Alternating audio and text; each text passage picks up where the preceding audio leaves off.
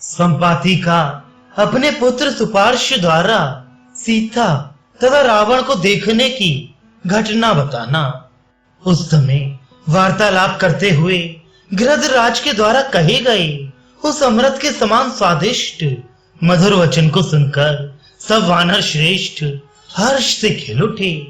वानरों और भालुओं में श्रेष्ठ जामवान सब वानरों के साथ सहसा भूतल से उठकर खड़े हो गए और गृहराज से इस प्रकार पूछने लगे, पक्षीराज, सीता कहाँ है? किसने उन्हें देखा है और कौन उन मिथिलेश कुमारी को हर कर ले गया है? ये सब बातें बताइए और हम सब वनवासी वानरों के आश्रयदाता हुए।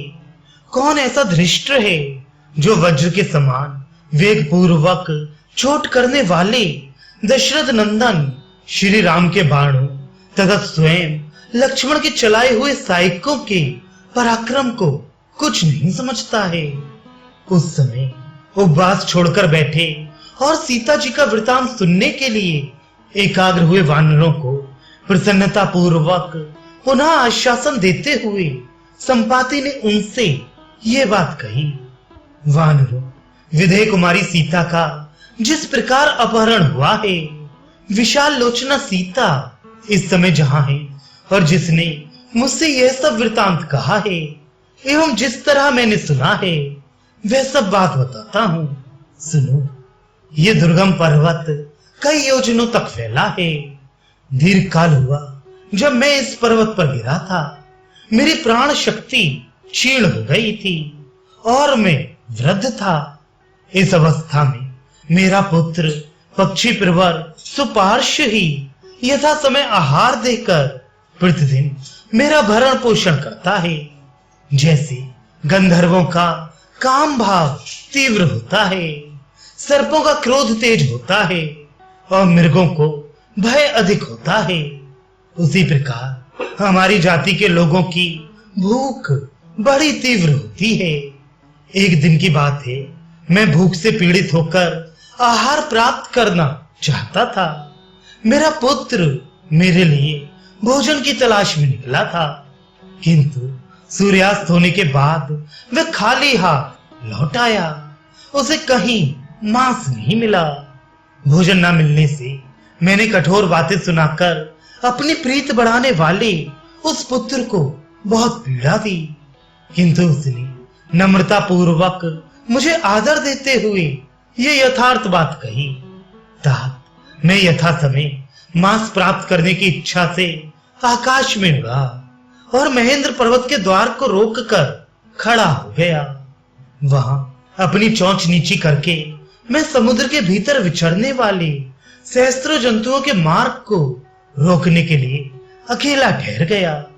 उस समय मैंने देखा, खान से काटकर निकले हुए कोयले की राशि के समान काला कोई पुरुष एक स्त्री को लेकर जा रहा है। उस स्त्री की कांति सूर्योदय काल की प्रभा के समान प्रकाशमान हो रही थी। उस स्त्री और उस पुरुष को देखकर मैंने उन्हें आपके आहार के लिए लाने का निश्चय किया, किंतु उस पुरुष ने नम्रता पूर्वक मधुर वाणी में मुझसे मार्ग की याचना की।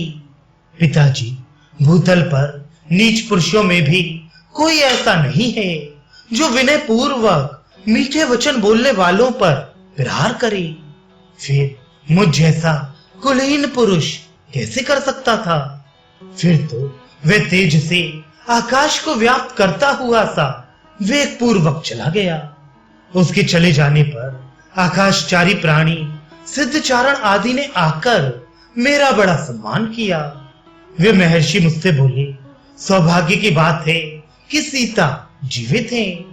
तुम्हारी दृष्टि में पड़ने पर भी स्त्री के साथ आया हुआ वह पुरुष किसी तरह सकुशल बच गया, अतः अवश्य तुम्हारा कल्याण हो।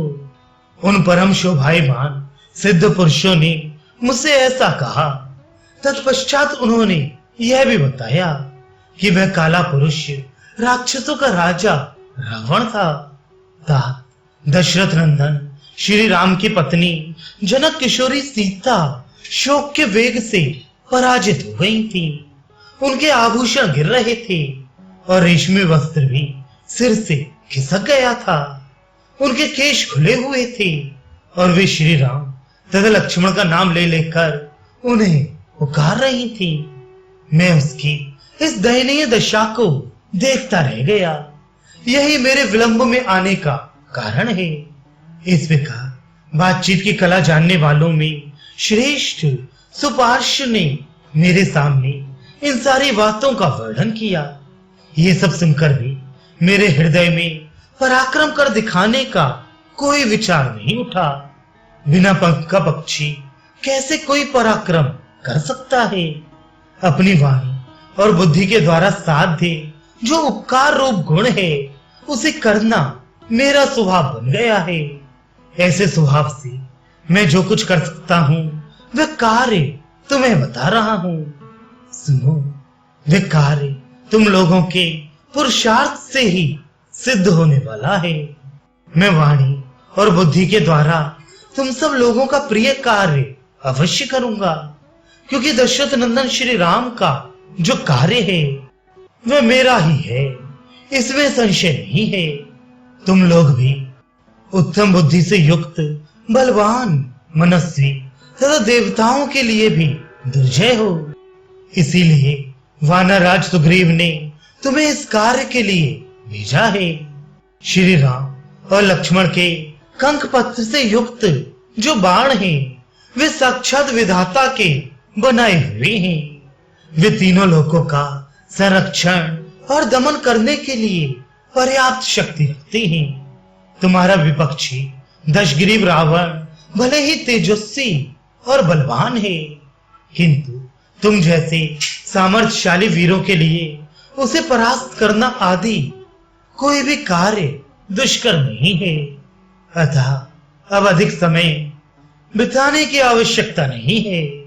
अपनी बुद्धि के द्वारा दृढ़ निश्चय करके सीता के दर्शन के लिए उद्योग करो, क्योंकि तुम जैसे बुद्धिमान लोग कार्यों की सिद्धि में विलंब नहीं करते हैं।